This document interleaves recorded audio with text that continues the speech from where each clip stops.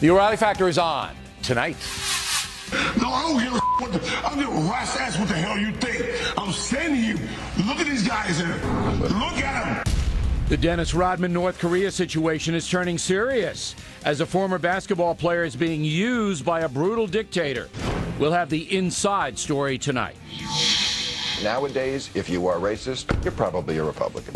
Why is the political rhetoric in America so nasty? Bernie Goldberg thinks he knows the reason.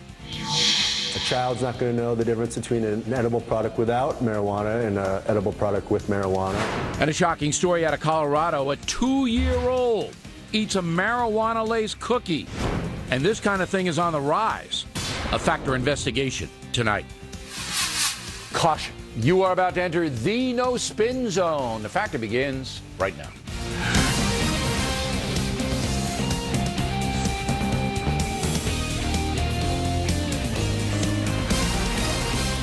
Hi, I'm Bill O'Reilly. Thanks for watching us tonight. Foreign policy chaos. That is the subject of this evening's Talking Points memo. As you may know, former pro basketball player Dennis Rodman is in North Korea again, this time with other former players entertaining the dictator Kim Jong-un and his murderous regime.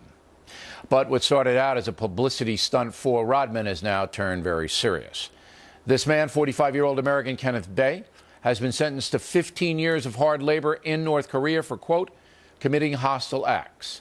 Mr. Bae is a Christian missionary from Washington State, was running a tour into North Korea when he was arrested in November 2012. He has a wife and 3 children. By all accounts, this is a frame-up, and Bae is being held illegally by the North Koreans. So today on CNN, Rodman was asked about the situation. Are you going to take an opportunity, if you get it, to speak up for the family of Kenneth Bae and to say, let us know why this man is being held, that this is wrong, that he is sick? If you can help Dennis, will you take the opportunity? The one thing about politics, Kenneth Bae did one thing. If you understand, I got it. If you understand what Kenneth Bae did, yeah. Do you understand what he did? What did he do? You tell me. Country. You tell me. What did he do? And no. You tell me. No. I'm just saying.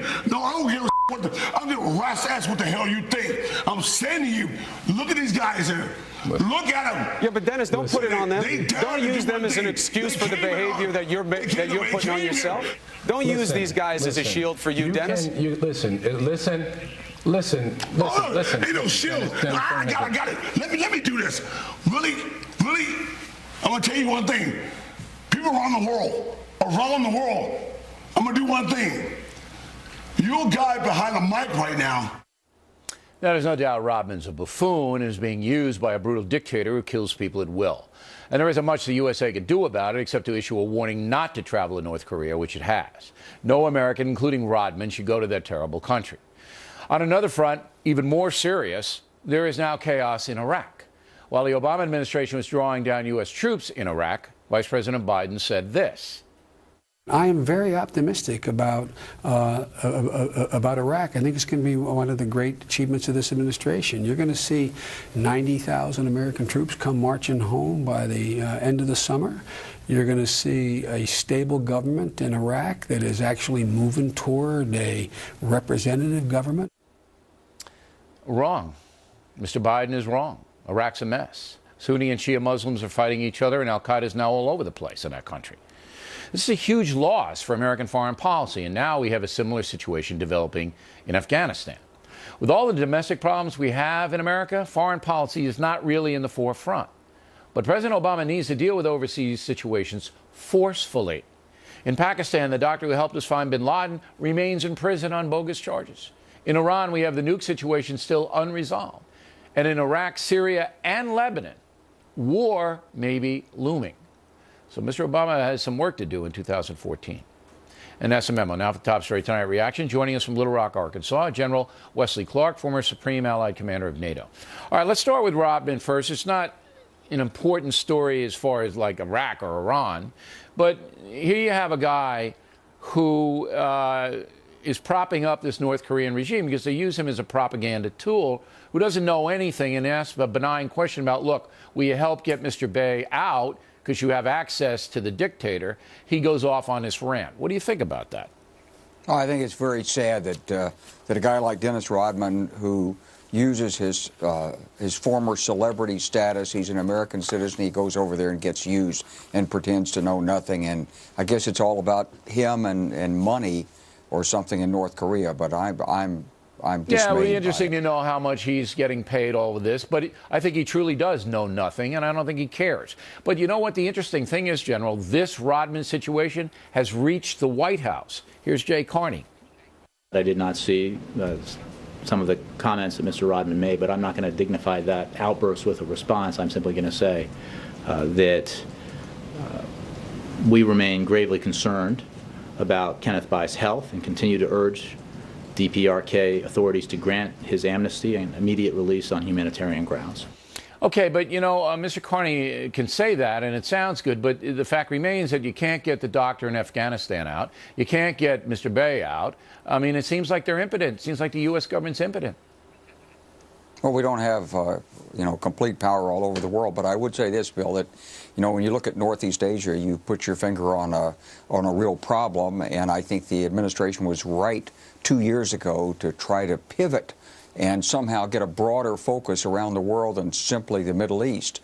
That's been very difficult for them to do. But if you look at China pushing its neighbor Japan, pushing the Philippines, claiming the so-called 9-dash line in the South China Sea, that makes all of its neighbors nervous. Japan is more nationalistic. South Korea is there dealing with this uncertainty and this greater risk from the north. Everything and the is assassination devolving. of this uncle is worrisome. It increases the risks in the region. Absolutely. All right, so then we go over to Iraq. And I have to ask you that if this situation continues to worsen, we now have Fallujah and Ramadi, two towns in the north-central area of the country that Americans fought and died for, and we won that fight, but now they're being taken back by the terrorists. There is going to come a point where President Obama is going to have to make a decision. Do you send in U.S. advisors and U.S. personnel, not just guns? Do you send them in to keep this country from falling into a civil war? Would you send them in, General? Well, you may have to work out some kind of an arrangement with Maliki, but Maliki hasn't lived up to all of the promises he's made either. So he's done a little bit on his own to dig himself a hole there with the Sunnis, and he's in the grip of regional forces. He's made some accommodations with Iran. He's got Iraqis fighting in Syria on the side of Hezbollah. And so it's a stew pot of difficulty. Okay, the question but is, it's the president's job. It's the president's job to do what's best for America. Is it best for America to re-engage in Iraq, to get back in there so this doesn't go into al-Qaeda's hands, because that's where it's heading? Well, I wouldn't rule it out, but I think you're going to find stronger performance. What would you do? If you were president, you ran for president, what would you go back in with a limited force? Right now, I'd let Maliki's military handle Fallujah. That's what he's going to do. We've given him some military assistance. If it goes beyond that, could you conceive of putting some special forces in and using air power? Yes, you could, but only with the right agreements on the ground and with al-Maliki, because he hasn't lived up to his side of the bargain either. But either is Karzai in Afghanistan, and we got to get rid of him because it's the same thing there.